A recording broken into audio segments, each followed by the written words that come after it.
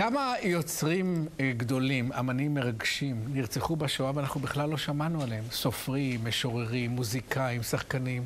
פרויקט שם עולם מנסה לאתר יצירות של אומנים יהודים שמתו בשואה ולהחיות אותם בעזרת שחקנים וזמרים צעירים בני זמננו. נועה קירל היא אחת מהצעירים האלו, והיא לקחה על עצמה משימה מרגשת במיוחד. שלום נועה.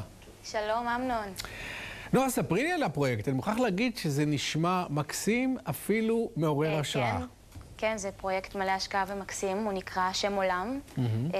שם עולם זה בעצם מכון בינלאומי לחקר השואה, וככה גם להכניס את כל המידע שהיה אז לדור העתיד, לדור הצעיר, בראשות הרב קריגר.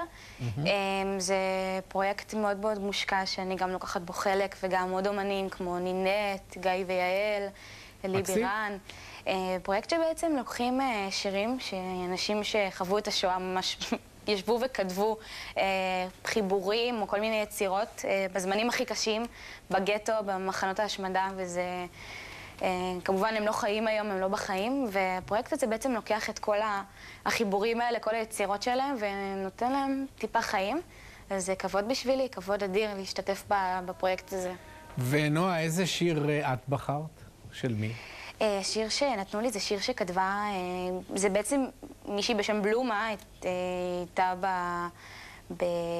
מאוד מאוד חולה בתקופת השואה, והיא כתבה סוג של חיבור כזה, אפילו לא מעין שיר, סוג של חיבור כזה. היה לה בן 10, וזה היה כמה חודשים לפני שהיא ידעה שהיא עומדת למות, כי היא הייתה מאוד מאוד חולה. והיא כתבה סוג של חיבור כזה מאוד ארוך על כל השאלות שיש לילד שלה. למה, מהשאלות הכי קלות, עד למה השמש זורחת ביום, למה הרכבת נוסעת, עד לשאלות של למה את לא מצילה אותי, למה את לא עוזרת לי. וואי, קשה, כן, מאוד מאוד קשה. ואחרי שהיא נפטרה, אז הילד שלה נשלח גם למחנה השמדה ונהרג שם. תסתכני לשיר שורה או שתיים. שאני אשיר? אני יכולה? כן, ככה? בטח. אוקיי. לכי על זה. אמא שלי, את תמיד יודעת הכל, לכל שאלה יש אותה תשובה, אמא אהובה. זה פחות או יותר הפזמון. כן. תגידי, אנחנו יודעים משהו על הבלומה הזאת מעבר לחיבור שהיא כתבה לבנה? לא יודעים כל כך הרבה, ממש זה, היא והבן שלה זה היו שני שמות משפחה יחידים שמצאו בארכיון. יודעים רק שהיא הייתה מאוד מאוד חולה, ושהבן שלה, כן, נרצח בשואה, וזה סיפור ככה מאוד...